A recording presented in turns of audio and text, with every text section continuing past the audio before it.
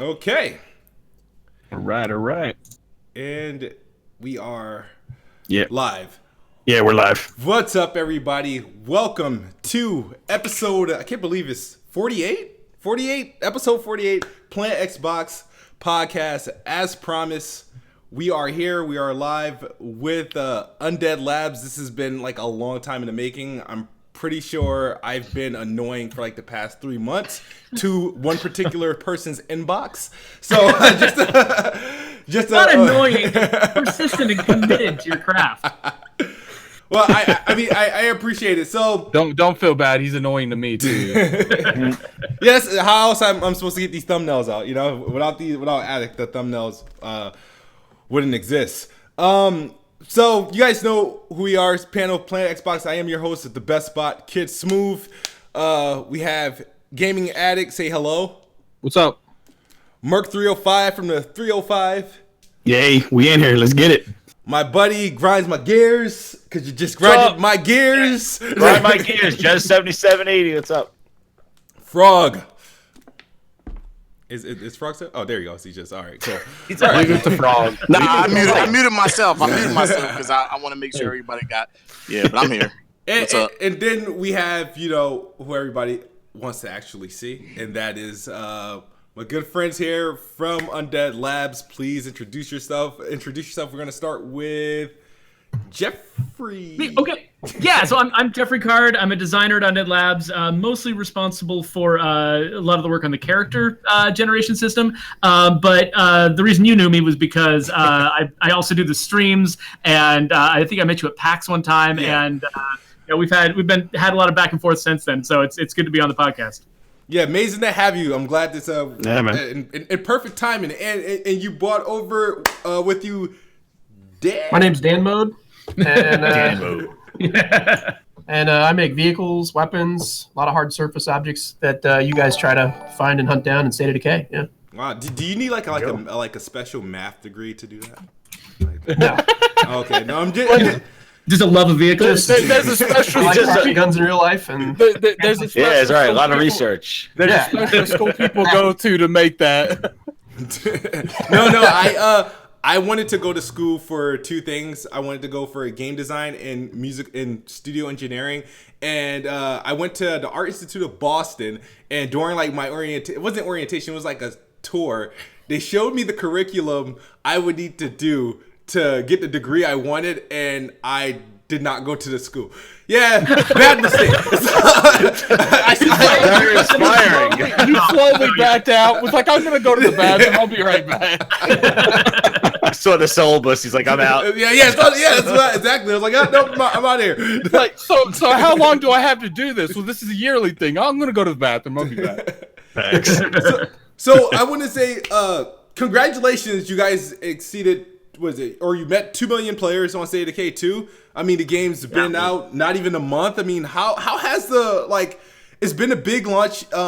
It's here. It's in everybody's hands. How has the reception been for this game to you guys?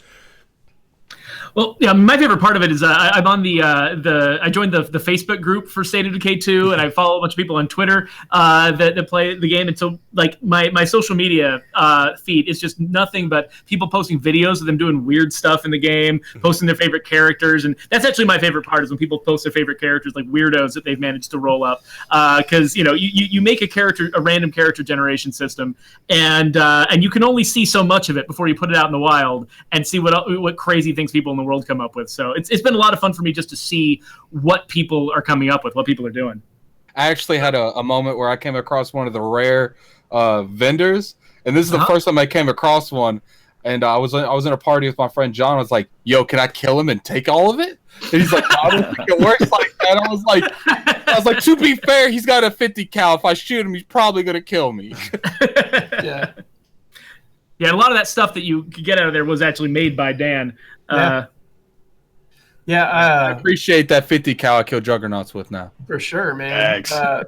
It was awesome. One of the first things I worked on was the Apocalypse, police car type vehicle, and they were telling me, "Oh, it's going to take months before they find it. It's going to take forever for them to unlock the Apocalypse version of these vehicles. And they're like, what, a week? Like, are you talking about the ones that are scattered through the map that you have to repair and put gas into?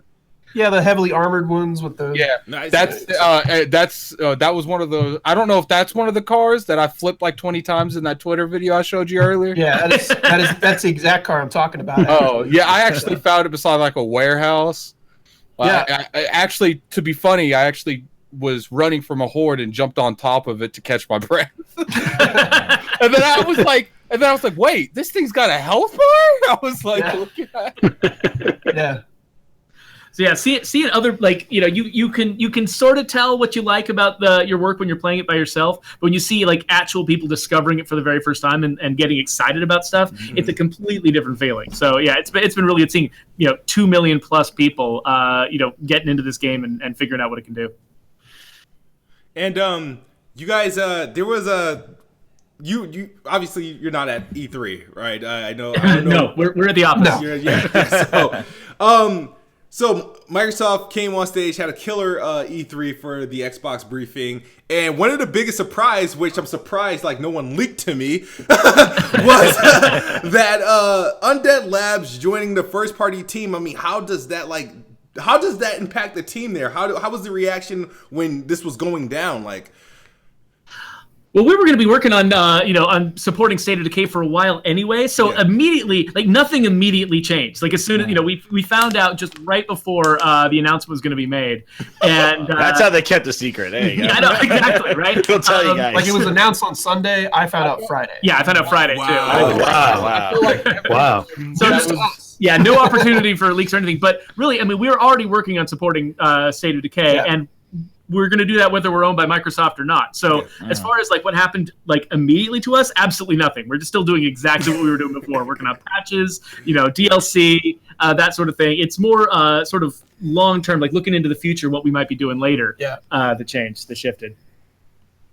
I think it's nothing but good things. I mean, we're gonna have the horsepower now to get to where we want to go and take the game where we wanted to get to in the first place, and that's really rewarding as a creative to see your project meet the expectations that you want. There's schedules, there's bugs, there's issues you got to get through, but having support from Microsoft, that's going to be awesome. Yeah, it's really like, when you got two separate companies that are, working together and negotiating out that relationship and making it work. This is actually one of the healthiest relationships, like publisher-developer relationships that I've ever personally seen. I mean, everybody was really on the same page about what kind of game we were going to make and what we wanted to do. But even then, when you're working between two different companies, there's a process you got to go through, and things take time and things take effort. And being a part of Microsoft now means a lot of that stuff should go a lot smoother. It's just simpler, more straightforward. We're all of our incentives are automatically in line, and we all want to do the same thing, which is make more great State of Decay. Yeah, congratulations. Yeah, congratulations on that, man. That was huge. My wife's excited about the insurance, so yeah, the benefits, right? And pension plan, man. Don't forget the pension. That is pretty funny. So just so I clarify, the announcement was made on Sunday, and you found out Friday. I don't know if you'd be able to comment on this. Did you was there any kind of hints that you thought that might be happening? How that direction goes? No, it came completely out of the blue. And I think honestly, a lot of these kinds of decisions get made. You want to make them after you see, how the game is performing. And so there was a very tiny window between the release of State of Decay 2 and when it even made any sense for them to talk about, an acquisition. And so there wasn't a big long lead up or anything. I mean, we're still working out the details. The companies are still, sort of figuring out exactly how the acquisition is going to go through. But yeah, no, it wasn't we were already we had sort of plans in our head for what we were going to do next that were just sort of different plans, and now that we're part of Microsoft, we're doing new things, and it's all really exciting. Because I mean, one thing that is kind of cool about knowing that your franchise is going to just keep on going into the future is that everything you're learning right now, like, we're looking at the game going out, we're seeing people's reactions to it, and every the positive reactions, the negative reactions, all of it is educational for us. And knowing that we can take all the stuff we're learning and immediately put it into doing more, into whatever the next iteration of the franchise is. That feels really good. You like to be able to respond to criticism and to feedback with the idea that, okay, well, I'm going to fix that. I'm going to do a better version of that, and whatever it is somebody might want from the game, maybe we can provide it, and that feels really good. Oh yeah. By the way, I wanted to tell you, there's someone in the chat as P1 Gamer. He wanted to let you know that P1 Gamer. He sat right here a few weeks ago, streaming with us. Yeah. Oh wow, awesome. That's so cool. Shout out to P1 Gamer. Yeah, so have you been watching a lot of the streams have been going on a lot, right? You've been watching a lot of the the games playing that stuff, because I tell you the one thing though is definitely the kind of story that evolves when you play those games, because of just the situation that it puts you in. I lost my first guy real quick.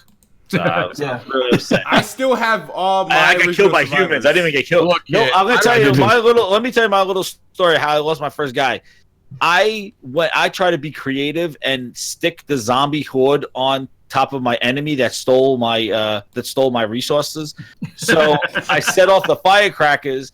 The horde comes running in, and I just die. Like they came, they turned on me, they turned on everybody. But I was trying to drop the firecrackers and run out and go, oh, they're gonna fight the horde and I'll sneak in and kill them. Nah, they got me too. I lost my person.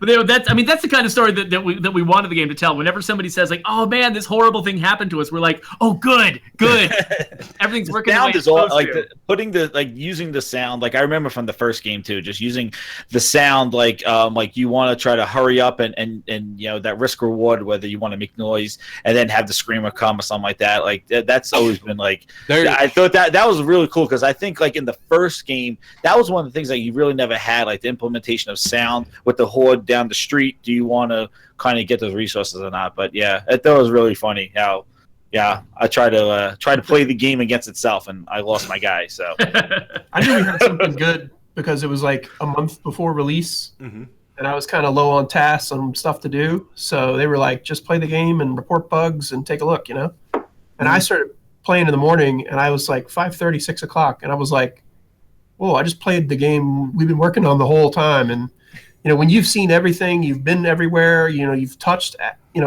art assets all over the place, like for you to lose yourself for a day in your own game, like I knew it was a good sign that like we had something cool, Yeah, I felt the same way, and it's literally I think the first time in my career that I've really felt this way about a game that I had actually worked on myself. So you work on the character design, and then you work on the Dan works on the weapons design. The question I have is, in the game design, I know so when you develop your assets and you send those in, when do you see like the build? Do they say, hey, we just put your assets in the game, here comes the latest build, and you play it, or do you actually see it in the game as you're developing them, or you just develop them as individuals? Before I submit it to the rest of before it leaves my computer and goes to everybody else's computer. Excuse me, I've loaded it in the game and I've played with it. Okay, so you've tested it. Okay, so I've tested it out to a point where it's a car, I'm driving it around. If it's a gun, I'm shooting it around. Usually, weapons and vehicles need to be hooked up by designers to operate correctly. Yeah, at the end. But as far as like how it looks, and and then usually I try to get feedback with designers of how the art looks, because I'm an artist, I'm not a designer, but I do influence how things look. So when we're doing it right, and you're building something, the designers and the programmers and the artists that are working on the thing should all be on the same page. Like it shouldn't be, just sort of like passing things from one person to another and they're all working in little silos. When everything's working the way it's supposed to, we're all on the same page, sharing stuff back and forth constantly. There's a lot of talk with design and I about, the weapons and vehicles and how they should drive. Question, actually, considering weapons and stuff. Have you ever thought about putting a weapon in the game? It's like, nah, that'd be too broken. We probably shouldn't mess with that. A chainsaw? Like a chainsaw?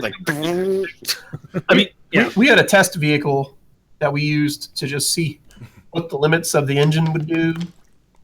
And it stayed in the game for a long time before. You know what I'm talking about? Stayed in the game for a long time before we were like, we got to rip that out because it's going to break the game. It's like the week right before. Oh, that's still in there. Someone's got to get rid of that right now. You've seen that there are modders out there who've like tracked down assets that the game doesn't actually officially use, but they're sitting there on the disc. And they'll, sometimes you have to actually physically rip something out to really get rid of it. Very clever players are going to go out there and they're going to find it. So I want to ask one more question about the things like that break the about putting stuff in the games. Have you thought of any kind of? I know you're big zombie fans, obviously. Like from taking some movies, some like because I'm thinking of a vehicle when you're saying about a vehicle about the one from Dawn of the Dead when they kind of take the ambulance or the bus and they put all the spikes on it and stuff like that. Have you ever thought about like kind of put like some items from crossover? I know maybe things might be licensed or something like that, but maybe some sort of things from the zombie genre. Yeah. I've told the story on other streams. Go for it. But I used to live in LA. I worked at a studio there.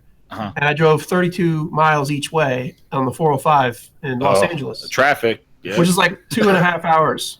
And so I used to have these really dark fantasies about like, what kind of car do I want to be in to just run over them and just go down the 405. There's like the Busters video where they got the truck and it just plows through, you know?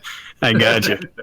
So I got to exercise all that darkness and put it into this game and make all the apocalypse cars. So I see where the vision came from now with that. And that's probably where opening up the door and hitting somebody. Yeah. So all the pain and suffering transferred into something that people can enjoy. So it's not even really real here. If licensing wasn't an issue, you would put stuff like the Hulkbuster in a lightsaber. It sounds like it's not even necessary, like because a lot of those ideas, like the bus thing in Dawn of the Dead, a lot of those ideas they get out there into the zeitgeist, they get into your head, and then when you come up with your own ideas, they're informed by that, but they're also informed by a million other things you've watched or read or listened to, and so you end up, I like the fact that that in our game there's a lot of the vehicles and guns and stuff are things that they really are their own thing, and you can see kind of the influences here and there, but they're not just aping something that came from some other from some other source. A lot of it is this car is just this car. It's got its own identity. Mm-hmm.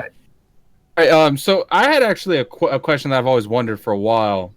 Mm-hmm. When it comes to achievements and applying achievements into Xbox games, like how is that a group effort, or just like one person like, let's just do this achievement? Like I've always wondered that. So the way that it worked on our teams is so I was a designer who was tasked with writing the achievements, but it's one of the last things that you do, right? Because you only really find out what the interesting parts of your game are, after the game is functional, and so you got to get the whole game together and then look at it and say, okay, what are the actual achievements that we want? What are the fun parts of the game we want to accentuate? What are the parts of the game that a lot of players might not discover, but they'll find it if they're chasing after an achievement? Mm-hmm. And we have several different reasons why we might choose an achievement, and then usually what happens is like I'll write up a whole bunch of ideas for achievements that I'd like to do, and then and I share that with the programmer who's going to be working with me on it, and then the programmer goes through and he's like, well, obviously that's not going to work, and that's not going to work, and starts knocking things off, and it tells me which ones are going to be easy to implement and which ones are going to be hard, and then contributes a bunch of ideas of his own. And so in this case, it was me working with Matthew Bozarth, and so like you come up with some ideas, but really you want to do things that'll be interesting to the player, but you also want to do things that are not that hard to implement, because there's some things people would make suggestions like, okay, what if we had an achievement for I'm trying to, like in the original game, there was this place where you could actually shoot down a big giant saw blade and land it in the back of a car and then try to drive the saw blade around, and it was like a challenge players would try to do, see how, or maybe the giant fiberglass dinosaur, like how far can you get the fiberglass dinosaur. The problem is it's actually, you would have to set up a lot of, if you wanted to do an achievement based on something weird like that the game isn't normally tracking, that's just sort of a weird little side thing, it would take a lot of effort for a programmer to come up with custom methods for tracking where you took this item and where it landed and all this stuff. So usually you want to come up with crazy weird ideas, but then find the ones that are fairly easy to implement, because that means if you do easy ones, then you can have 50 of them. If you do really hard ones, then you can only have like 12, and nobody wants a game with 12 achievements, right? I never thought about that. When it comes to any kind of achievement, it has to be related to something.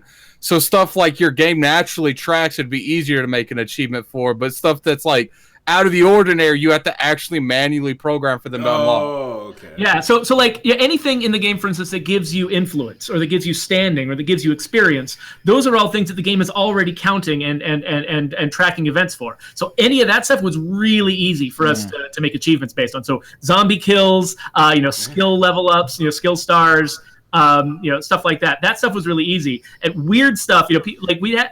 And now and then we would come up with a weird idea that was good enough that somebody would feel like doing it. Like Matthew really wanted to do the one that was kill a plague heart at night, and he wanted to call it What We Do in the Shadows. And so that one was all Matthew. Like I didn't even touch that one. That was just him because he felt like doing that one. And programmers, I'm always jealous of programmers because they've got a lot of like if a programmer wants to do something, he can find a way to do it most of the time. With me, I've got to actually impress other people that my ideas are good before anything happens. So you gotta pull some politics. This is why we need this. Yeah, exactly. We got to set it up so that there's a tool. Like the programmer makes me a tool, and then I get to do whatever weird stuff with it that I want to. There's usually about 5, maybe 10% that usually comes from like inside jokes or recurring things that have happened in the studio that you just tie, kind of like wink, wink, nod, nod kind of stuff. Yeah, right. Most of it, you have to have systems in place and make it work correctly. Yeah, it was a lot of fun coming up with. My favorite part of almost any game is always coming up with the names and the descriptions of the achievements. It's just like that's trying what to come pops up. Yeah, like movie references and game references and try to come up with. A lot of times my hope is somebody's going to get an achievement and they'll be like, what does the name of that achievement even mean? And they're going to Google it, and then they're going to discover some new zombie movie that they've never heard of before. And it'll like sort of broaden their experience. And they'll get sharing the love. Try something else. Yeah, I see what you mean. A lot of the names of the home sites have things like that in them too. Just anywhere we can stick opportunities for people to broaden their horizons, we try to do it. That is a good point. Someone brought in the comment section that I just noticed there's no collectibles in this game. Not really, unless you count characters, maxed out characters. And Those are the characters. I have to. Yeah, you're right. I There's have no to really. I have to. How many of these do you have? I guess legacies. Maybe legacies. There's only 4 of them. That doesn't feel like a collectible. I think in the apocalypse, you need to find use in everything you pick up. So yeah, exactly. Everything in that game's a collectible, from every gun. Exactly. Yeah. Speaking of the characters, I question. So, what was the decision not to have like a custom character? Like, you can't create your own, like your first one at least, and then the other ones are randomly generated. Well, making a character customization system is hard.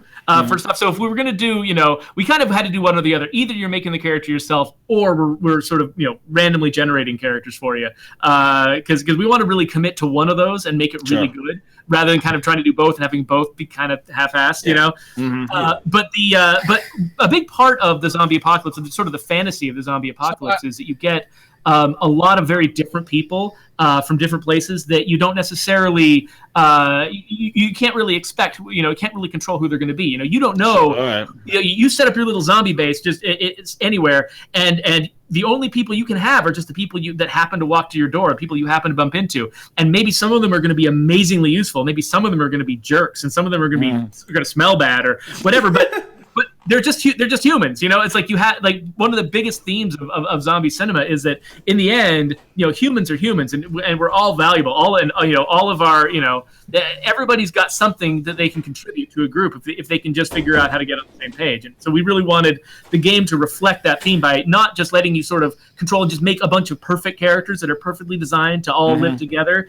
but rather seeing what you can do if you can't control who's coming in, if you can't control who the characters are. Can you make them live together anyway? With the different personalities and traits and stuff. Curiosity. I do see some crazy skills coming on Twitter. I'm not going to really go into detail what some of these skills are. Is that like a joking thing that you guys think of? That's this dude. Yeah. So some of the skills we put in because we thought they might be useful. Some of them we put in because they might be funny, and then some of them we ended up like Lycanology was originally a joke. I think that somebody at the studio, I don't know who it was, I don't remember who it was. People were submitting ideas for names for characters. They were submitting ideas for traits and skills and things like that. And somebody suggested Lycanologist. And I think they actually had a family member who was a lichenologist or something. They really wanted to get representation for lichenologists because That's really... even better than the story. Yeah. Oh, really? So it was, I might have been maybe a missing part of the story, but that's awesome. Anyway, so that got in there, and for a while it was just a useless skill. It was one of the funny skills where it's like, oh, isn't that sad that person they spent their whole life learning this skill that ended up not being very valuable in a zombie apocalypse. Kind of like the sexting skill is like that. The trivia skills are kind of like that. Yeah, animal facts is one of my favorites. That one's actually based on my daughter, who's just filled her head with animal facts and doesn't do anything else. I really do appreciate that because it's nice to see a sense of humor, but took it in a good way. So we got to a point though where Brian Giammi and I were looking at the game and he's our big he did a lot of the loot tables and the facility and the base management. Anything that really is about balance and numbers, it tends to be Brian's field. And he was looking at the fact that a lot of players, as soon as they saw one of those little funny 1-star skills, they would just get rid of that character. They would just toss that character away. And it turned into just an easy way to weed characters out instead of an entertaining part of your community. And we wanted it to be an entertaining part of your community. We wanted you to keep these people. And so he and I did a pass through, and we actually tried to make as many of those skills really powerful as we could. So we ended up with Lycanologist actually being, it gives you like 2 meds a day, or maybe it's just a med a day, and it also gives you like expertise in herbalism and pharmacology, or something like that. I'm probably getting it wrong, but like it gives you like way more stuff than most of the 5th skills usually do, and so it's just piddly little skill. It's very rare, very weird. But we've got people now who play the game, and like they just sit there and keep rerolling characters until they get somebody with Lycanology as their 5th skill.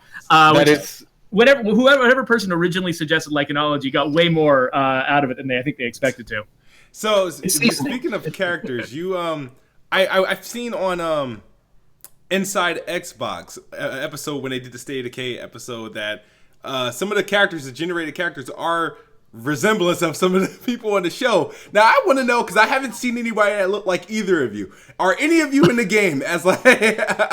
Well, one thing, yeah. I was test scanned, and this is the issue here. Is, yeah, the beards don't work with face scans. Beards don't. They make a lot of holes, and you have to repair them, like in the model. Oh, gotcha. A whole lot of extra work, so you need to be clean shaven. Like collateral damage. Yeah. Nope. So there you we go. shaved, but why? No. Right. I've never really ever since I could grow a beard. I've always had one because I think it was partly because I had a really young looking face. Yeah. And so when I first got into Same the game problem. industry, I just wanted people to take me seriously, and so I needed a beard to look like a wise old man. Dude, I'm still struggling. I go to the barbershop. I'm 40 now. I'm old no matter what. So, I go to the barbershop and they have to force sideburns just so I can have something to show for my age. So, so there's a question for this in our super chat. This is from Cyrus Burke. He says, please ask the devs of if they would ever add any Halo or Gears of War weapons to State of Decay 2. They want to see the Gnasher and the chainsaw weapon. we've got references to Halo and Gears of War in the Or it game. would be nice. I'm not gonna lie. I worked at Bungie, and Halo's near and dear to my heart, and I would love to do something in that vein, but you can't go too crazy because you still want it to fit in the world. You know, Yeah. if you don't know the reference and you see, Some kind of pulse rifle. pulse rifle, or, Right, you're Like, what's what this? is this? Imagine people go on Twitter like there's aliens in the game or something like that. Exactly. Like it causes all the other things, so you need to make sure it fits in the world. I mean, fits in have there. the Covenant invading. a Lancer would help take out a plague heart easily. Like, think A about Lancer would be amazing. Imagine he found that in the Lancer would be apocalypse. good. Imagine hitting a juggernaut with a gravity hammer. Yeah, just instead of a suppressor attachment, just put a chainsaw attachment on the end. Yeah, no, that's great. Yeah. We do have references to Halo and Gears in the traits though, because we knew Microsoft was our publisher and we could pull it off. Yeah. Instead of having to go really generic with all of our video game references, we could actually our facility mod that's a console actually is an original Xbox. We've got a trait that is Halo Champion. And if somebody has that trait, there's a chance their nickname might be Arbiter or Guilty Spark or one of those things. Very cool. So And I think there's, yeah. I was going to say that there's also a trait that says somebody used to have LAN parties. I think it gives them the computer skill, and it also says that they used to get together to play Gears of War with their friends. So yeah. So these are all like amazing very Easter cool. eggs that you can find in a game. That that's pretty awesome. It's so cool. It's one of the most fun parts. awesome. Jeffrey went nuts, events. man. So I do. And you know, in terms of some gamers might find the game a little bit easier than others because you know they've played more survival games than that. Is there any plans in the future maybe to have like a harder difficulty to where like you get one hit or anything like that?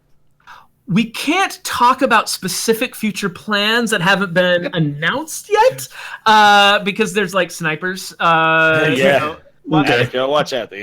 But I'm the first person that I've heard refer that as snipers. I think they really do got the You know what he means. Microsoft snipers around. But I'll tell you that you know, one of the first things we did with the original State of Decay when it first came out, you know, one of the very first things that we did was a breakdown, which is basically exactly what you're talking about. It's a version of the game that gets progressively more and more difficult over time. To the point where a rocket launcher don't do nothing to a regular zombie. Well, so that's an interesting question, right? Because actually, we never, I don't think we ever actually made the zombies much tougher because how tough the enemies are has a lot more to do with pacing than it does with difficulty. Like, you know, like if it takes 100 hits to take an enemy down versus 2 hits to take an enemy down, that's much more about the question of like boredom than it is about the question of difficulty. Like real difficulty, I think, is usually on how fragile your character is, how much damage your character takes. I have to agree to that. There's nothing more than I hate than you know, people who make harder difficulties and they just make everything bullet sponges. Like that's literally their version of it. But the real answer to this is, you know, we thought the breakdown was one of the most successful things that we did with the original game. We know that people want that kind of difficulty level. With the you know, with State of Decay 2, we knew the other thing that we knew was that we were going out to folks who really wanted that super high difficulty level and to a bunch of people who had never played a State of Decay game before in their lives. And so we tuned the game so that we would hopefully be fun and entertaining for everybody. Some people would find it too hard. Some people would find it too easy. Some people would get their first character killed right out of the gate by a horde that they were trying to attract with some fireworks. Yeah, that was me. But we knew that we had time, you know, in the future to try to address that. So we can't make any specific promises, but that's definitely one of the first things in our mind is the fact that we've got that audience out there who love Breakdown. Some people who played it all the way to level 99 of Breakdown, which is just unplayably hard. I don't know what they think they're doing.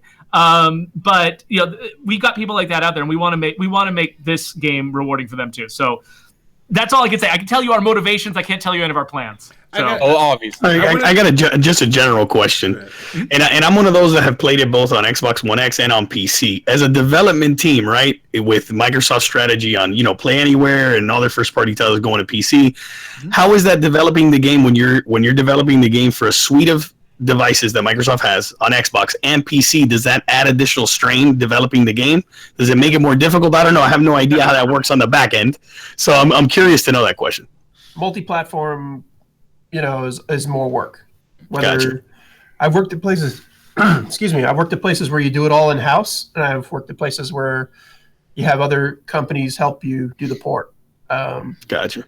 But if you make, like, at least on the art side, if you make an asset and it looks really good and on PC, you might have to lower the resolution for Xbox or, you know, PlayStation or even the Nintendo platforms. So Gotcha. You'd have to keep in mind, you know, because PCs are limitless, essentially. You can buy as much RAM as you can fit in your box. But, Right, you know, correct. Xbox has a set amount. PlayStation has a set amount. So, you know, you're going to have to, you know, scope and make sure that the game works right. But I was pretty happy with how things turned out on Xbox as far as visuals were concerned. I can't speak for. Yeah, as far as like, you know, gameplay and you know, control schemes go, that's actually one of the hardest things is the fact that there are a lot of, you know, there's been a long history of user experience design on console, and there's a long history of user experience design on PC with, you know, with mouse and keyboard, and people have developed a lot of habits and a lot of, you know, like expectations where, you know, oh, this is how a menu works on a controller, this is how a menu works when I'm using a mouse and keyboard, and the two, you know, and there are like perfect solutions on a controller and perfect solutions on a mouse and keyboard. And when you're making a game that's supposed to work on both simultaneously, usually those easy perfect solutions won't work because you have to make it work with both, and so you have to try to find this like magical middle ground where you're doing the kind of the best of both worlds at the same time, and it's you can get there, and hopefully people who are playing on both platforms will feel like you did enough to make the game accessible for them. But it is definitely like it's a labyrinth to navigate, to try to all of people's different expectations and stuff. Especially with all that inventory management too. Like you're trying to and those kind of point, like a mouse might be more interaction for that rather than and I know what speaking of the other game like PUBG, like the inventory management with that, with just the mouse and keyboard, just doing that and putting that towards a controller. It's definitely probably challenging. But I played it on PC, and I think it ran really great. I had a 980 Ti, and I ran it. It looked really good on there, and it worked pretty smooth. I do actually have a question for you two.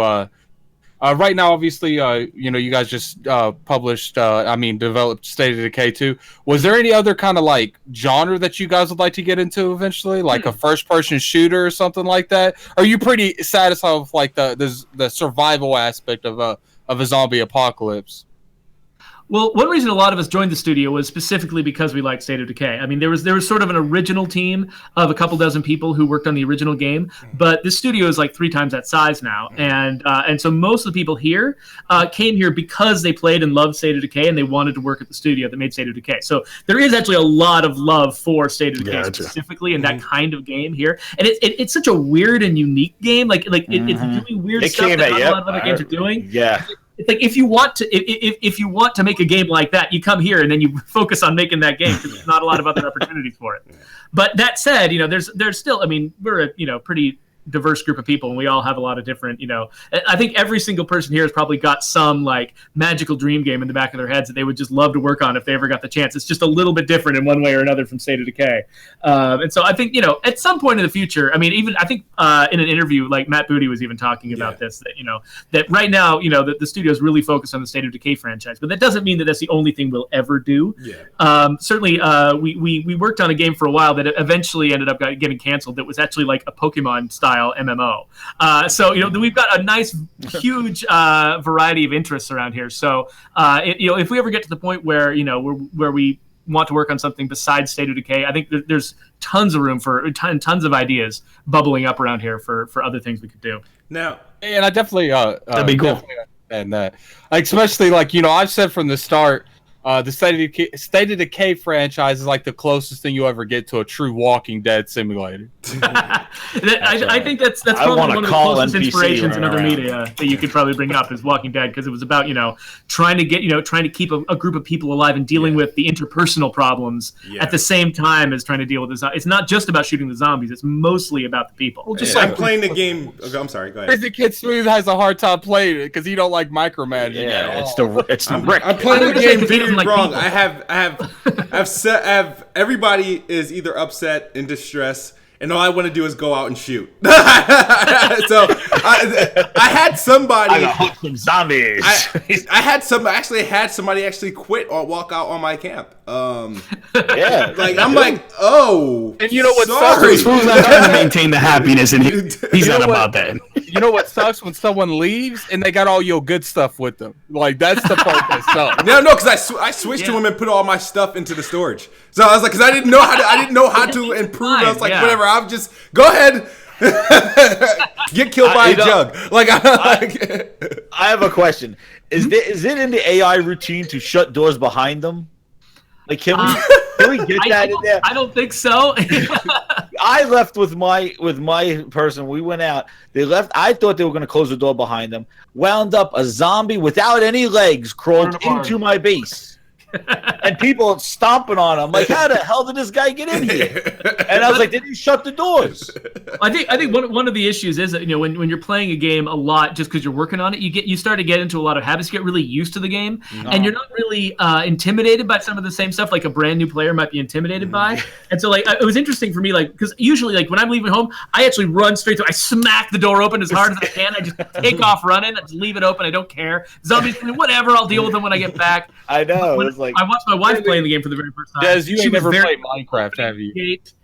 going inside, closing the gate, opening each door, closing the door. I'm and like same your thing, wife my then. kids are always warning me, like, you got to close all the doors. Yeah. Yep. Jess that's what I clearly am, never played Minecraft because that's all I'm you like- do on there. No, that's what annoyed me in Minecraft too. Shutting all the doors. I'm like, people just You know, I do shut the doors in Minecraft. That is, Minecraft is a little different. I do shut the doors there. I do. It's not my game. I'm not, just barreling through like a hero. I do want to bring us back a few because there was a lot of talk preparing for launch. We had the preview where everybody got the early access, early look at the game, the reports, and then we had the launch. And of course, there was some good, but there were also some bad as far as how some people were reacting to the game, how the game performed. And I wanted to know because the game came out, and then I feel like a week later there was this big patch. But I just wanted to know, as a development team, and you're getting all this feedback about the game, you're seeing the reports, you're hearing what everybody has to say.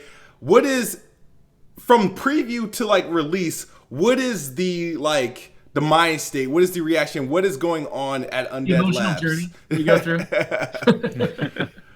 Well, the thing is that we made a pretty huge game as far as the scope of the studio, the size we are versus the size of the game. And we all want to release a bug-free, easy playing experience. But the fact of the matter is that this is indie development. Like, when you're a small team and you have big scope and you have a big project that you want to make a good game, there's going to be things that come up that we've seen bugs in the first 3 days of release that we've never seen playing internally, playing with QA. All these things are brand new, and we're like, what is this? We're all running around talking to different people, like, what is that? The vehicle randomly flipping like that. Yeah, you read a review and somebody will describe something happening like, that's not even supposed to be happening in the game. What's going on? We've had, 2 or 3 major patches already. Mm-hmm. We got another one in the pipe. So it's like we're aware, we hear what you're saying, but it's a small project. It's a big project made by a small team. And so we go into it kind of expecting there's going to be a certain amount of positive and negative. Like, there always, like, even the very best game that you can possibly imagine is going to come out, and there's going to be somebody out there who doesn't like it, right? And so you kind of have to sort of set yourself up in advance to be aware that you're going to read some negative comments. You're going to see some folks are going to have a bad experience with your game, and you can't have the attitude of of worrying that, like, oh man, that hurts my fragile ego, and I'm going to like collapse into a heap and cry because somebody is being mean about my game. Even when people are really mean about the game, you're prepared for it, and you say, okay, you know what? People are going to have different experiences with this game, and every single experience with our game that somebody describes, that's a real thing, that's a valid opinion, and we got to listen to it because we want this game to appeal to as many people as possible. I call it passion. Like, if they're going to get on a board, get on comments, track us down, message us, and be like, you need to fix this and this, and that's passion. Like, whether it's negative or not, like, it's somebody that cares enough to the point where they're going to post on the comments or, post to the boards. If you go to the website and you submit your bugs, like, that's going to get triaged, and that's going to be the fastest way possible for us to see everything and fix it. Yeah. So it's overall a positive experience because it means, we learn more about our game, we get to make the game better. The positive comments are, of course, really, really fun. Yeah. The negative comments are what help us make the game better. So it's all good across the board. And that's the difference between, like, just an internal looking for glitches and stuff to releasing, and there's millions of people playing. You're obviously going to find stuff that you could have never found internally. Yeah, it's so many hands and eyes on something that we couldn't cover, right? Yeah, I mean, this world is so huge. I mean, like the video that you shared with us earlier of a armored police car just flipping out on a bumping into a signpost and just. I still think that was hilarious. Oh my God.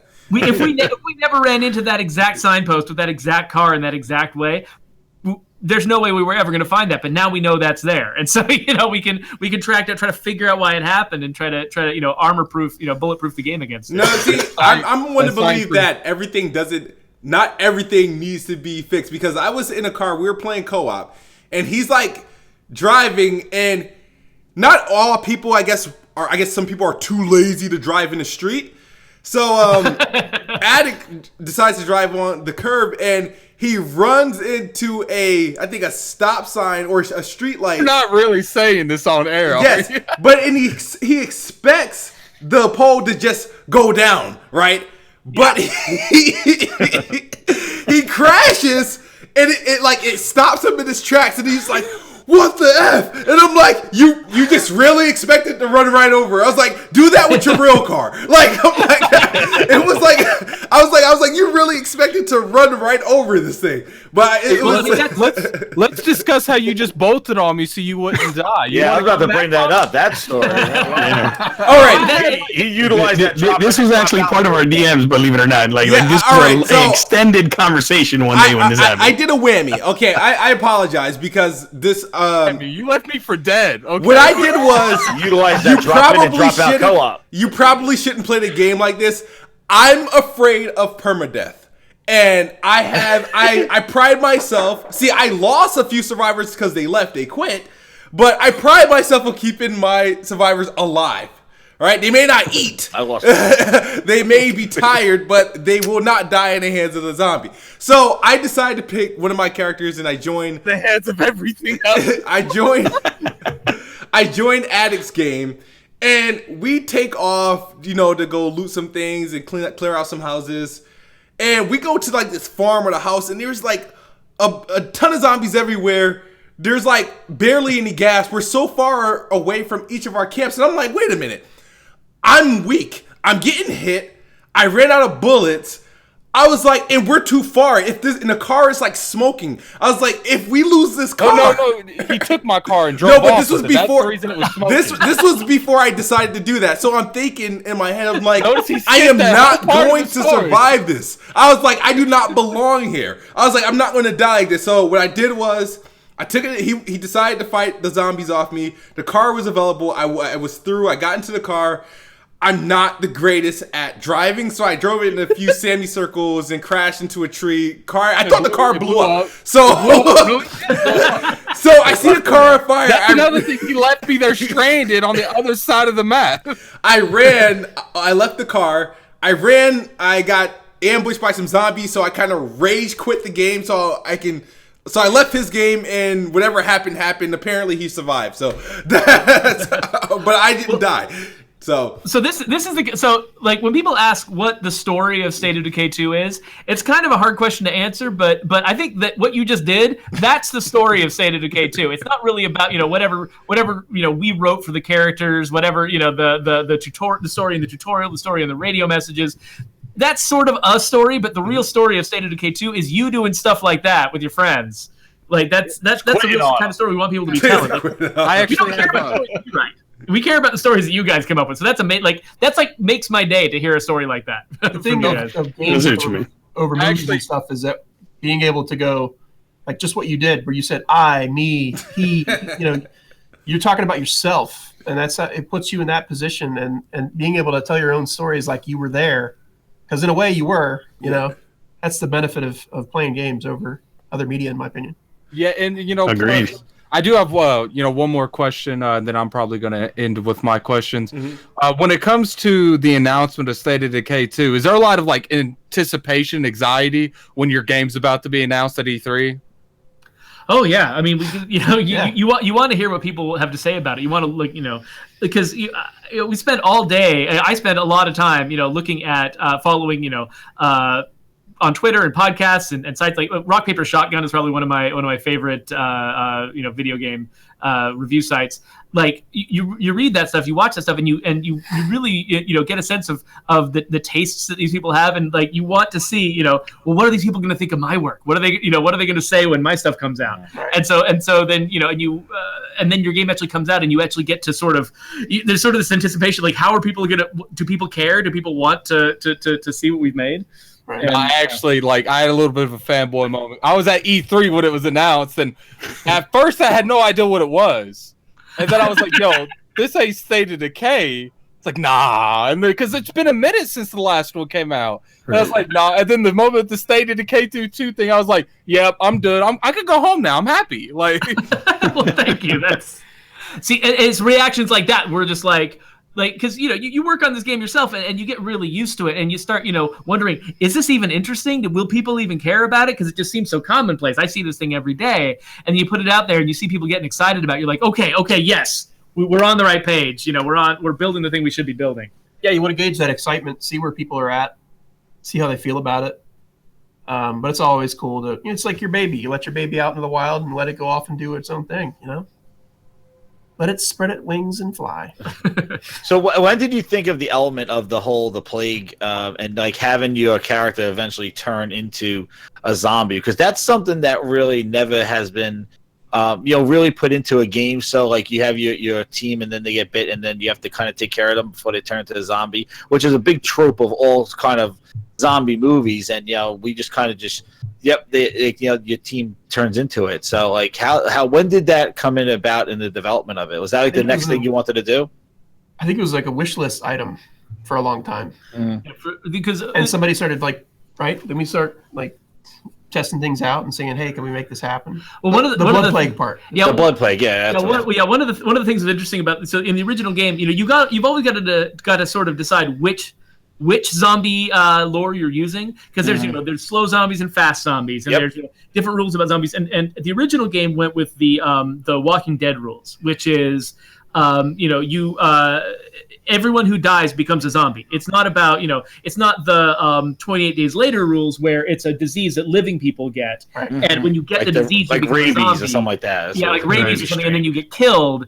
That's we didn't do that. Instead, we did the Walking Dead version where anyone who dies becomes a zombie. But then there's another thing we had, which was we were watching zombies. The combat for the original game, zombies would bite you all the time, and that would not kill you. Like you would live. And so we were kind of in weird new territory where zombie bites are not deadly, but dying turns you into a zombie.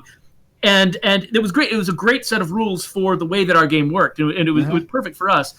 But like you said, it's this long-standing trope in zombie cinema that there's this anxiety about, oh no, if I get bitten, then I'll have a disease and I will slowly die and turn into a monster. And that was absent from our game largely. We didn't have that as a mechanical element of the game, and we really wanted as much as possible for our game to sort of mechanically replicate what it's like to be in the zombie apocalypse. And so we tried to find a way, so Blood Plague was the idea behind it was just to try to take our world, our existing zombie world, working the same way it did in the original game without making any changes, and add something new to it that would give us the ability to have people become infected and look at the sort of their clock ticking, and they're going to become a zombie unless somebody does something to save them. Yeah, that's really cool. That's a really so cool it's sort of trying to bridge that gap, right, between us and that trope. And then you got to make the decision whether you want to shoot them, cure them, It's like, right. Then you look at their traits and see if they're testing our morals, huh? Exactly. I think that's an excellent element. Originally, we actually offered that option just when you wanted to get rid of anybody. At any time, you could go and either exile somebody or shoot them in the head. And it just got way too dark. Because you could kind of do it and use them as bait and run away, like Walking Dead style. Like low-key. You can still do it, but you're doing that yourself. We didn't just give you an easy way to stumble into shooting your friend in the head. I'm not going to confirm or deny I did this. Okay, let's say I heard it somewhere. There was a survivor that was like always making issues every time he brought the entire morale down. So I was like, yo man, let's go, we gotta. And I looked on the map, I was like, there's a juggernaut. So I walked up there and I was like, there you go. And I kid you not, the moment he died, I went from like a depression to a stable status in like an instant. And I was like, regret. That was kind of fun. Casualties of war. Coming up with the traits that were going to make people annoying. Because basically we wrote all the traits first. We wrote like over 1,000 traits for these characters before we had the morale system and before we had any of the systems that made characters like get mad at each other and have fights with each other. So it was kind of fun to go through all the traits that we already had again and add tags to all the ones that make people annoying. So it's kind of, you can sort of see it's kind of my judgment. So when you look at the traits and it says, this character annoys irritable community members, that's just me going through judging people. And say, oh, people like this, yeah, they're annoying. Oh, people like this, yeah, those are annoying people too. I guess the only question I have, because I thought about it every time I played it, when I look at your characters, like when you begin the game, you pick your characters and then you have your characters and they have their companion with them, so it's two people always starting out.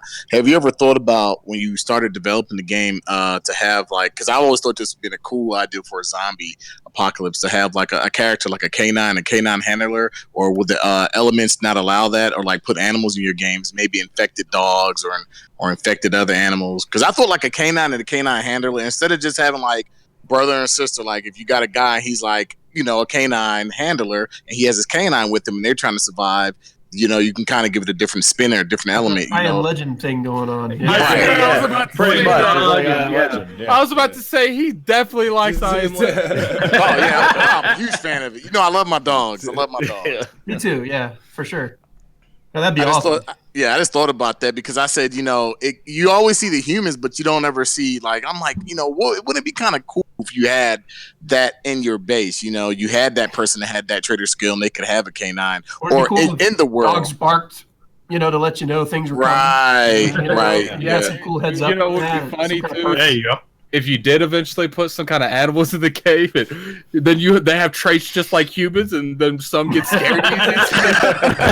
Scared of zombies. I don't think we can make cats into characters. They'd have to just be facility mods. Like you just Right. install a cat somewhere and it just roams around the basement. Of cat. Exactly. They crawl on the possibly roof, use it as a stuff like friend. that. Yeah. -5 for kitty litter smell. I'm Yeah, pretty always, much. every time I play a game, I'm like, man, it'd be cool just to have a canine character and Yeah. I'd be the canine Hey, handler. you stop thinking small. Hey, I'm just saying. I need bears as companions. Small. Well, then you gotta play Fallout then. Like a page out of Far Cry. Page out of Far You got Cry. cheeseburger and Far Cry. That's it. Yeah, Far Cry 5. Cheeseburger. The one thing whenever we've talked about the idea of like putting animals into the game, we talk about look, should we have infected animals? One thing that our design director Foggy always one thing he always says is like, dude, bears are scary without being infected. We don't need to have infected bears. We need bears. That's all you need is bears. So so I mean, it's four-legged creatures are actually exceptionally difficult to manage when it comes to like IK and animation, like trying to get them to all the feet in the right places. Kind of like it's like Animal Farm. Was it 2 legs good, 4 legs bad? No, I think that's backwards. Right. But anyway, vice versa. But the point is like it's. So when again we got a small team trying to punch above our weight class, and so we stuck with the bipeds for this time around. But I think everybody here, I mean, we've got a dog friendly office here. We got a lot of people who bring their dogs to work every day. I'm sure people would love, like, if we given the time and the money, we would love a chance to include dogs in the zombie apocalypse. Yeah, That would be awesome. That'd be awesome. Absolutely. So, but how would you guys feel? I'm curious, just polling you guys. How would you feel about dogs dying in the game?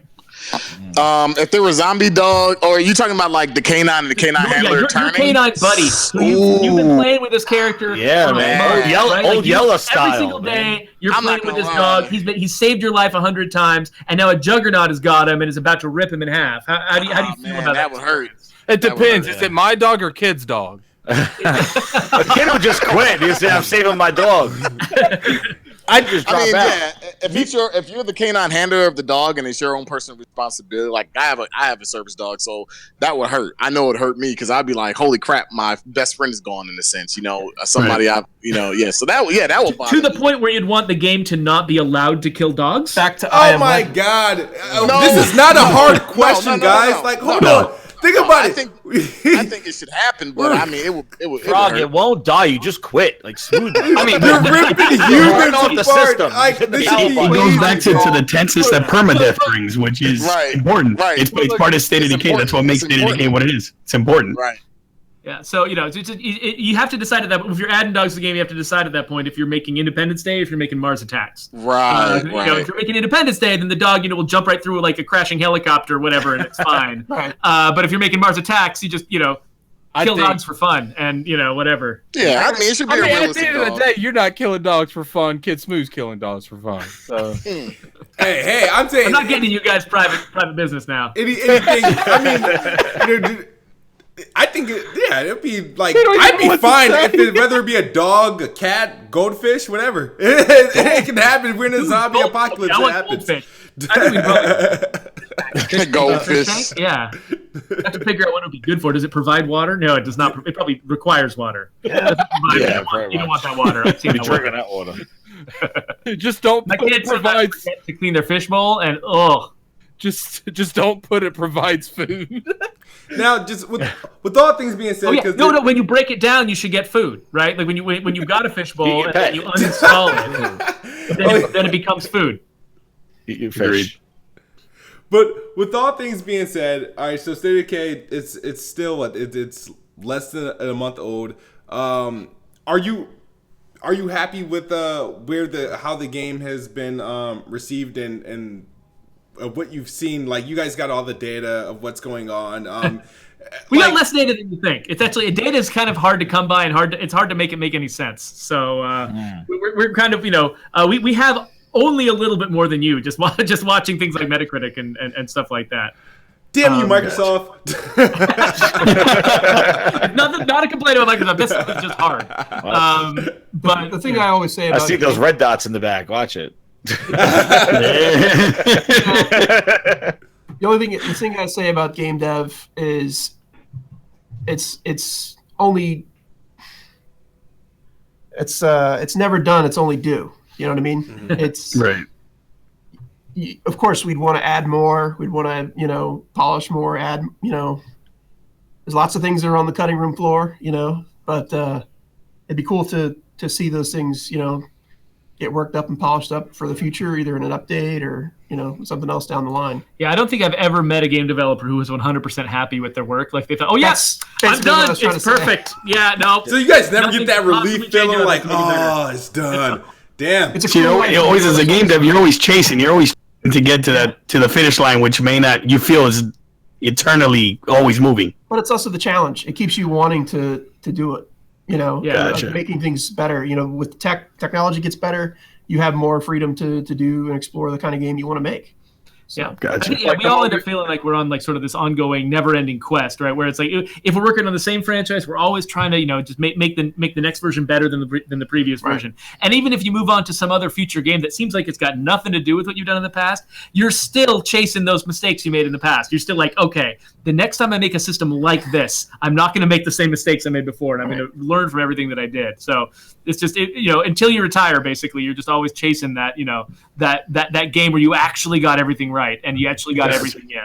But it never really happens. Just sitting It there. never really happens. State of Decay just dropped the day before, and she's sitting there, it's like it's finally done. Then boss comes in, we need this done now. Oh man, give me 30 minutes to myself. So it used to be like when a game shipped, that was it, right? Like there were no patches. Like everybody took or vacation, anything. right? Yeah. And you would just everybody would take a vacation for they take weeks off, after. I do that After the grind. 3-4 months out, about DLC, so that's already on the menu before you're even done. Yeah, and adding patches to that too. It's like we still get to take vacations. It's not like they're just working us to death or something like that. But it's not just like, okay, well, I've just got nothing to worry about for a while. Like, no, we've still got jobs. We still, this game is still an ongoing thing that we're still working on, improving and fixing and adding to. It's like the game itself becomes like a self-running business. Right. Well, I know you guys have DLC plans, right? We do have DLC plans, yeah. I know that's from the description. I see, whatever. Daybreak Pack, and I see the word Horde in there. Ooh. Yeah, I gotta say, I'm looking at the description on Microsoft website. I think Dan might have to leave a little bit early. It was good talking to you guys. Yeah. Dan's going to take off. He's got responsibilities. I also have responsibilities, but I'm shirking them to hang out with you guys. Awesome. I do want to say something real quick for Dan leaves.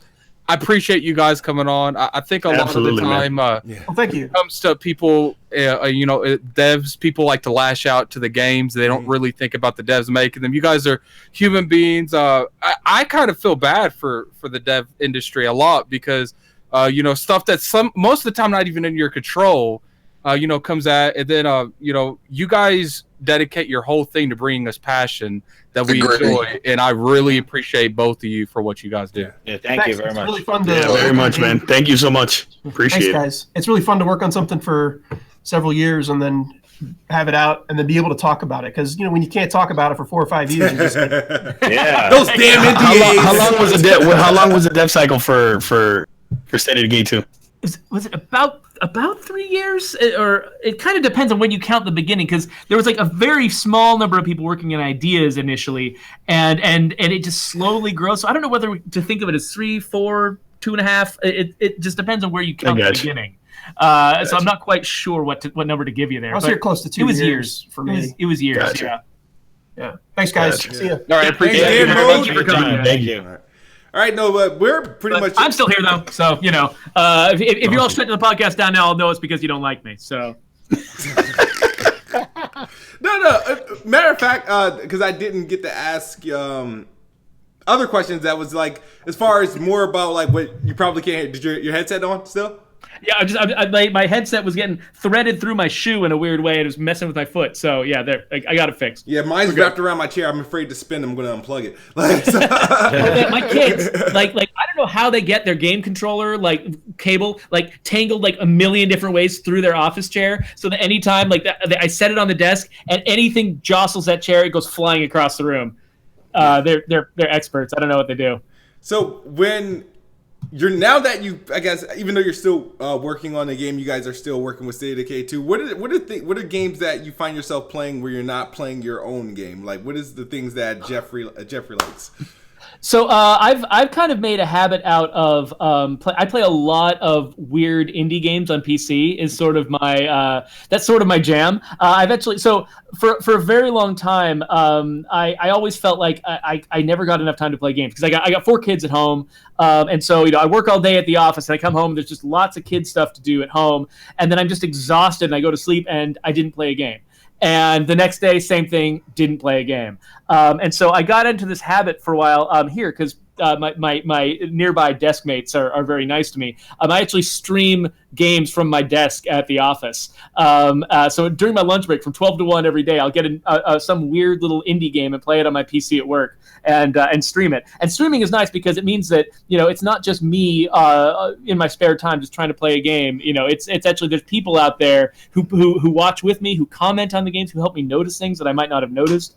And I feel like there's like a responsibility, like there's an expectation I'm going to play. And so instead of just letting my Steam backlog just fill up and fill up and fill up, I actually churn through it a lot faster than most folks because I got people that I know are waiting for me to play. So I mean, a lot of my favorite games that I played that way. Invisible Ink is probably one of my favorite all-time games. FTL is one of my favorite all-time games. Into the Breach by the makers of FTL is actually a recent one that was really amazing. Opus Magnum was one that I was actually there was a programmer here who he and I were going back and forth on Twitter with different Opus Magnum puzzle solutions and just competing with each other, shaving one cycle off our weird little alchemical machines. Stuff like that. So that's what takes up a lot of my time, mostly because those games, you don't usually, when you play a AAA game, you're not even going to get the full experience until you've played it for 2 hours, 4 hours, 10 hours. You don't even learn anything about it until you've been playing it for a really long time and made a big emotional investment in it. Whereas a lot of these small indie games, you can play it for 1 hour and you've had a brand new experience that's opened your mind and given you new ideas. And so for me as a game designer, I really want to be playing as many of these weird little indie games as I possibly can, because that's how I'm going to get the most possible ideas just crammed into my head. So the next time I need to design something, I've just got so much more to draw from. Gotcha. That's my chat. I have these. I have people in the chat asking, "Hey, ask him if he plays PlayStation games." You mentioned God of War. I do play PlayStation games. I was actually going to say the AAA game I'm in the middle of playing right now is God of War, and so I'm playing that on the PlayStation. The thing, so the way the consoles kind of how many times have you mocked Kratos and said "boy"? Oh yeah, so my son Milo is he's 3 years old, and he's actually a very talented gamer considering his age. He likes to play Mario Odyssey on the Switch, but when the Switch is out of batteries, which is almost all the time, his favorite games are all on the Xbox. He likes playing Minecraft. He likes playing Battle Block Theater. He likes playing Ms. Splosion Man is one of his favorite games. And he likes side scrollers. He really likes side scrollers, and so because he loves Xbox games so much, the Xbox is you know how firecrackers work in State of Decay, where you put them somewhere and that attracts the zombies, and then you can go do something else. Yeah. That's how I use the Xbox with Milo. So I just set the Xbox up with hey, look, it's Battle Block Theater. He's like, ooh, Battle Block Theater. He goes and he plays that. Then I go sneak off somewhere else and I can play a game I want to play. So I end up playing a lot of games on the PlayStation because the Xbox is busy keeping up with the kid. Yeah, it's great. You mentioned something earlier about having kids and then being able and going days without being able to play. I find that happening to myself. It's crap, and then I was like, holy crap, I'm getting old. I was like going through a day, and I was like, I didn't play. Where I can think of days where I did nothing but play. I remember, like when I was in college, like I mean, this is like I never graduated from college, and this is one of the reasons. Is like I remember like one time being really proud of spending 38 hours being up straight without sleeping playing video games, and so I ended up dropping out of college and working on video games for a living. So that I was lucky. Most people I would not suggest that strategy. Oh my. I remember when I bought the first Perfect Dark, I bought that and a bottle of Visine, saying I'm playing Perfect Dark all night. And I waited all night, man. I read everything about that. And I'm gonna tell you the way I combat gaming and stuff like that with kids is I have a console on every single TV in my house. So wherever I might be, I can always turn it on and play. And it was funny because a couple of weeks ago I was laid up on my back, and I just happened to be in one of the TVs that had a console, and I wound up beating God of War that way on my back. Oh yeah, there you go. Our house has a very kind of open plan, and so it's hard to really escape anything. Actually, a lot of the games that I end up to play, I know my own like time is on my iPad because I can hide in my bedroom and lock the door. And 3-year-olds can't get you when you're and then like stuff like that. Even like I know the struggle. I'm in the same boat. It's so hard to like they come walking in, they're like, oh, I can't play this right now. Like so, you got to keep shutting it off. Like even some of the weird indie games I play, like now and then there's like a ton of like sexual content or something where I'm like, hey, I'm glad this stuff can be in games. It's awesome, but I don't necessarily want my kids to learn about these subjects from watching me play some weird game. Yeah. Yep. I want to have to talk with them about certain topics. Right, correct. And then I see him be over my shoulder. I'm like, he's like, "What are you playing?" I'm like, "Oh no!" And I like have to turn it off. I feel a little bit guilty that my son has watched me play so much State of Decay. It's like he's like, "Daddy, kill the zombies! Kill the zombies! Kill them!" Cut his head off. And he gets so into it. And sometimes he'll even like I'll be away be away at work or whatever, and he'll be on the Xbox, and he knows his like.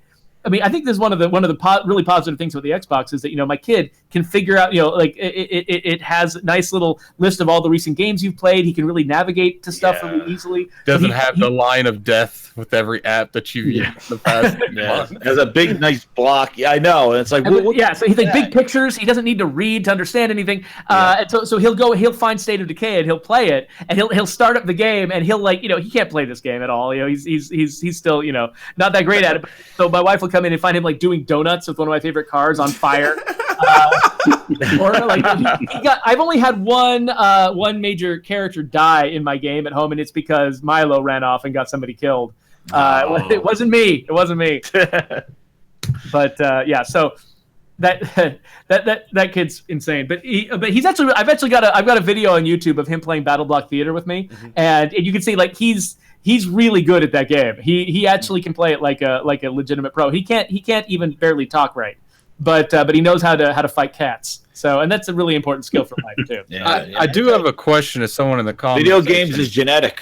They said they asked, genetics. I don't know how exactly did Undead Labs get their name, if that's something that I wasn't around for it, but I could tell you, I mean, this studio was founded on the strength of the idea of State of Decay. They didn't just found the studio first and then say, okay, well, we got these people together, let's figure out. They had the game in mind before the studio was created. Yeah, they had the game in mind before the studio, and I really like the name of the studio because it doesn't have studios at the end, it doesn't have games at the end, it has Undead Labs, and so there's nothing in the name of the studio that actually tells you we're a game studio. And so whenever like there's a form I need to fill out for my kid's school or something, and it says like father's employer, I'm like Undead Labs, and people are like, have you never had someone like pull you to the side? Like, what is that? Do you mean LabCorp or something like that? Like literally about to happen, and this guy is going to be the cause. That's pretty funny. Oh man, that's funny. I've never thought about that. Doing it. I have to fill out the parents' information and they put employer like Undead Labs. I can imagine just looking at that, seeing that on like an application, like what? Like yeah. You got a lot of interesting faces, but once they hear what we do, like, oh, of course you're called something ridiculous. You make video games, and and so it just starts a whole other conversation. But it has been interesting though because I spent most of my career working on games that nobody heard of, nobody cared about. That was my next question. You're segueing, man. You're segueing. Oh yeah. Okay. Yeah. Well, Go with There you your go. question. I'll see if I Yeah, can. no, because I was like, because this is Undead isn't really your first gig. You've been around. Could you tell us about some of the earlier games you worked on that we may actually know about? Well, it won't be. None of it will be impressive. I'll just tell you that right now. Like, set your I don't know, your expectations very, very low.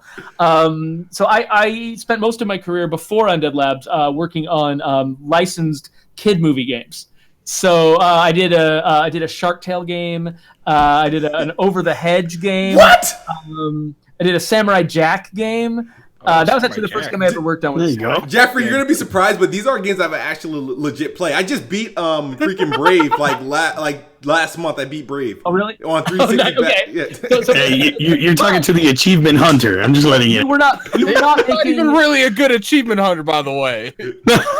but we were never making the lead SKU for these things. Well, Samurai Jack was the lead SKU. Yeah. But like Over the Hedge, we were making the PSP game for Over the Hedge, not the console game. That was Edge of Reality was always like stealing that business. Like they would go in there and they'd snap up all the console games, and then we'd get like the PSP version, the PC version for Shark Tale. I did make a couple that were kind of. I made worked on a Sims game for PSP, Sims 2 for PSP, which was during this weird era where publishers. They didn't really need to have any particular game on a handheld. They just needed to have a game with the title on the handheld. And it really, genuinely, they didn't care. And I don't mean they didn't care in a bad way. I mean, they didn't care they gave us a lot of creative freedom sort of way. And so they're like, as long as it's Sims 2, it can be whatever you want. And so, so we actually made a kind of an old school adventure game out of The Sims 2. So you would have to like maintain your character's needs and stuff, but at the same time it was mostly about going around and like solving puzzles and having dialogue with people. Wow. And the whole story was about a mad scientist who had noticed that he had this spinning gem above his head, and so he had this like whole crazy scheme where he was going to take control of the spinning gem on people's heads. He was going to be able to control other people, and so you had to stop him because he was going to take the plumb bob and he was going to use it on other Sims. And it's just this weird, crazy thing. Like nobody's ever heard of this. Nobody played this game. People played, actual Sims games that were actually what when you buy a Sims game, you want a certain kind of experience, and this was just out of left field, bizarre. But it was, I got to, work with a branching dialogue system for the first time, which was a lot of fun. There's a lot of fun stuff in there, but yeah, it kind of, prepared me a little bit to, to work on a random character generator now for State of Decay. So you learn things along the way, even if you're working on weird games, you learn things along the way. So. Yeah. Eventually, that studio was bought by a mobile company, and probably the only other game besides the State of Decay franchise that I've worked on that other people might have actually played was Deer Hunter 2014. So, right before we made that, it was never published. We were working on a Deer Hunter zombie game. That was actually some of my preparation for State of Decay. Also was working on a deer, like for zombie deer, coming out of the woods, and you're in your like zombie survival. It was a crazy weird idea that cool. Never actually got made. We just switched to making a regular Deer Hunter game. So I have I assume you've been to E3 before. Yeah, actually. Okay. So the last E3 I actually personally went to, I think might have been when The Sims 2 came out, I've been because we live up in Seattle, so I've mostly been going to PAXs rather than E3s. Actually, the first E3 I went to was before I was in the game industry, and I actually snuck in. And I had a friend. There you go. Nice thing, like, are we still live? I forgot. So they wanted. There was this tiny little company that they were a startup, and they ended up not going anywhere. But they really wanted to staff up their booth, make their booth look really popular. Mm-hmm. And so they basically they were willing to sort of fake credentials to get us in if we would just hang out at their booth and act like cool people. And so that's what we did. We just came and just made the booth look popular, and then got to run around and like see E3. I got to like meet a bunch of like game design luminaries that I, admired and looked up to. And it was before I was even working in the industry. I just thought I was just some crazy fan stalking them. And it ended up being actually kind of useful to meet all these people and get a sense of what they did. When was the first one you went to as part of the industry? Part of the industry? I think that, I think it was probably 2003. No, 2003 or 4. I'm not sure. Somewhere around that zone, though. At that time, my memory sucks.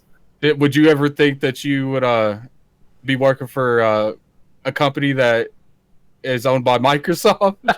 So that's interesting. Like when you're working, when I was working at that kind of small time studio that would do work for hire projects for kids movies and stuff like that.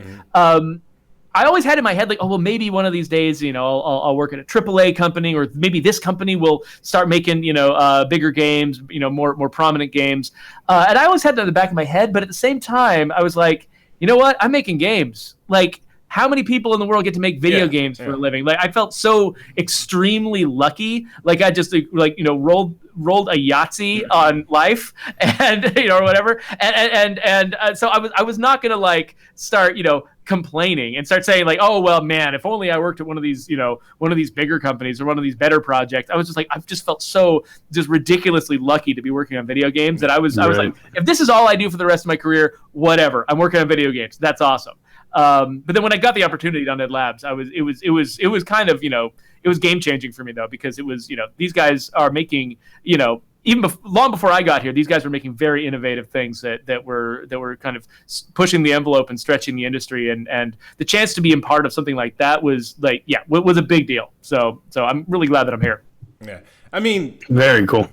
I want to say because I know you gotta have back. I appreciate one. I want to say Jeffrey is. Thank you for convincing your wife to let you do this. Staying at the office. He got 4 kids, so you had to convince her. There were so there were a lot of years where it got pretty hard because so Undead Labs, one of the things that's great about Undead Labs is that they really try hard to control crunch, and they use some pretty intelligent strategies to do it. They never do like a solid wall to wall crunch where everyone's crunching all the time. They always have breaks scheduled within the crunch, so like you'll crunch for 2 weeks and then you'll take a week off, and then you'll crunch for 2 weeks. You'll take a week of not off, a week of still working but not working as hard as well. So.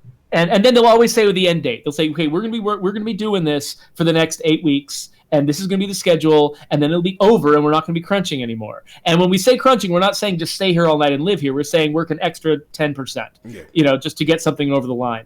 And that kind of setup is so much more humane and so much more reasonable than some of the other things that I've seen. Where around the time that my third daughter was born, like I was literally like I think. During the first 6 months of like her life, I think I maybe was home like home all day 2 or 3 times. Otherwise, like every other day, I was at the office. Wow.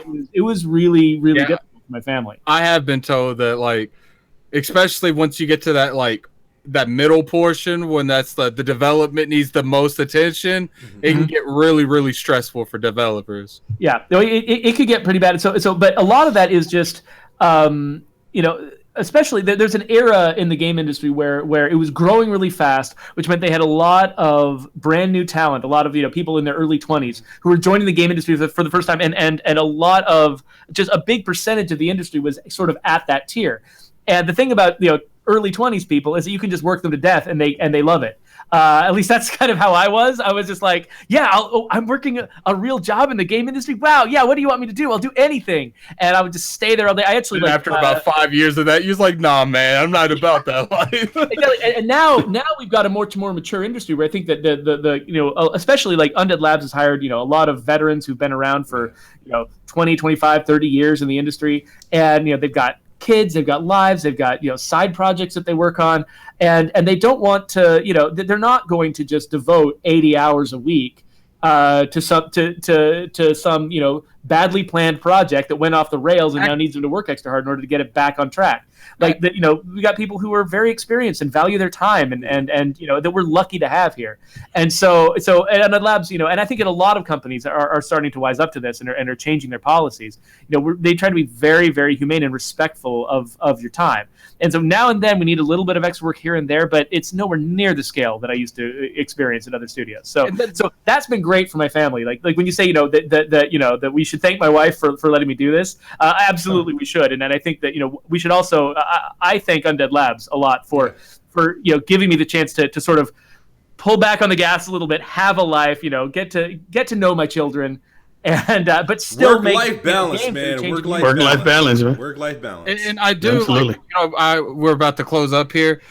Since you brought up, like, veterans being in the industry, there's a lot of times where you see in certain studios to where, like, when key people leave. Now, I don't necessarily think anything. I haven't heard anything like key people leaving Undead Labs. Yeah, but like when key people leave a studio, from your experience of being in the industry, does that have a dramatic effect on the studio itself? Like, from your experience? It really can. I mean, it's usually not about like one particular individual. Most studio cultures can survive, one or two or three people leaving, but like over time, like a studio culture basically is just made up of the people that it contains, right? And you try to set institutions in place to try to mold the people to sort of want to be humane to each other and treat each other well, or just to use good strategies to get along and collaborate well. And so institutions that you set up at your studio, things like how we schedule projects and how we manage things like work-life balance, that can be really important. But really, a studio is just made up of the people there. And like the last studio I worked at, not counting the one I worked at for just like a couple of months in between, I worked there for 11 years. And so when I got there, it was a very different studio from when I left. And it's not because like one particular person left or one particular big changeover happened. It was much more just about steadily over time. One person leaves, or replaced by this person. This person leaves, or replaced by that person, until eventually it's like what's the Greek reference, the ship of Theseus or something like that, where it's like I was working at a completely different studio at the end than I was at the beginning, and it was one of the reasons that that I left. Just things had changed a lot, and I didn't belong there anymore, and I needed to find somewhere new where I did. Yeah, I would say the only time that would be like really relevant is like the lead of the whole studio left. I think that's the only time that something like that. Yeah, like if Jeff Strain ever decided he was tired of working here and wanted to go do something else, that would probably be a pretty big change. Because the studio is very much Jeff Strain's sort of kind of dream project, right? Shout out to Jeff. I met him at PAX. He's a great dude. He is a great dude, yeah, and a lot of what works well about Undead Labs is really down to his experience as he's founded studios before. He's seen what can go right and what can go wrong. He's got a lot of experience and a lot of really, so many of the decisions that he makes are not really about the bottom line or trying to get a project out the door, or a lot of the things that motivate business people a lot of the time. And it's and I'm not saying that to be negative towards business people. A lot of times they've got investors they got to please. Like they feel a high responsibility to make decisions that help the bottom line. But so many of his decisions are about making the place that he's created a good place to work, and a worthwhile place to work. To keep everyone. So yeah, I really appreciate that. And he's not going to listen to this, so this is not just me just sucking up to my boss. He's not even. I don't even think he knows that I'm doing this. Yeah, I actually that's just serious. I was actually talking to him after that when I said the Hulkbuster and stuff.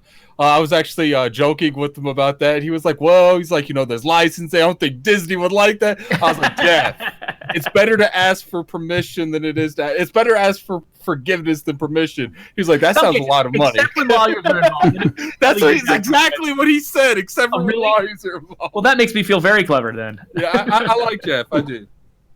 Yeah, but actually one thing that I owe to Jeff is the fact that when I was born, my parents named me Jeffrey, and I went by Jeffrey for the first 5 years of my life, and I thought of Jeffrey as being my name, and then I went to school in the South where you're not allowed to not have a nickname, and so everyone just started calling me Jeff. I could not make them stop calling me Jeff. I tried really hard throughout, like being 5, being 6, being 7, and no one would listen to me. They would only call me Jeff, and so eventually I got used to Jeff being my name.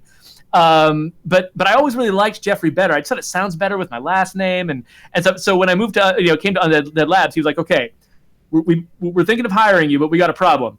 You got my name." And that's just that sounds just like him. Can you go by Jeffrey? And I was like, yes, please, thank you for giving me a reason to go by Jeffrey again. And so I've started. But it's been weird for my wife because she got to know me as Jeff, and so now whenever we're like meeting people, like she'll refer to me as Jeff, and then I'll introduce myself as Jeffrey, and it sounds like I'm correcting her or something, and I'm not meaning to do it that way. I've just got really used to calling myself Jeffrey now, and I like it. Like you're just sitting there, and she calls you Jeff, and then Jeff pops out of nowhere. It's Jeffrey. So so all these little subtle things, it's just kind of fun to think of the subtle ways that people can impact each other. Little tiny decisions here and there can change somebody's life. So. Yeah. All right, kid. This is where you wrap. Oh no! I thought you were. You have bad transitions sometimes, kid. You know that. I'm sorry. You better be. No. Hey, this is the first time I think we got 88 likes and 0 dislikes right now. We're 88-0 ratio right now, man. Give it some time. That's bad PR, Mark. Yeah. Just give her biting the dislikes, man. So P1 Gamer just complimented my hair, and that's because he didn't see me when we first got on this channel for a test, and he didn't see the version of my hair that you guys got to see at the very beginning. He would not be complimenting it right now. Oh yeah, what I say? You just I my hair. Like, oh man, I'm about to go on YouTube. I gotta. Oh, there you go. Here they come. Look, I told you, man. Look at you. Opened your mouth, and now the dislike. Hey, no. But there you go. The like meter went up, though. Yeah. But no, once again, the ratio still stands. I do want to thank. Oh man, that just crushes me now. Oh, I'm destroyed. Oh, so what an idiot! Somebody liked and disliked, and they liked again. You guys are horrible. All right, so there you go. I do want to, like I said, I appreciate you coming through and taking the time to meet with us and spend 90 plus minutes with us in this podcast. It was great. Thank you so much. I've been trying to do this for like really ever, so this was like kind of like, I'm sorry it took so long. We really have, we really. One of the things that stands out for me about Undead Labs is the fact that they really do let us talk to people. They don't just. There's a lot of places that treat all of their employees like they're just insane wild cards. Like, oh man, don't let that person talk to anybody, or they're just going to cause a huge disaster. You're just talking, and the PR person goes between you. No. Yeah, exactly. And Undead Labs has been really kind of they're weirdly tolerant of employees just getting on a camera and just talking to people and connecting with people, and it's something that That's cool. State of Decay have really started to notice. Like if you go on their Discord, like devs are in there all the time answering questions, talking to people, and it's just it's a studio culture thing. It's the way that the studio works. And now and then we do say stupid things that would make a PR person lose their mind.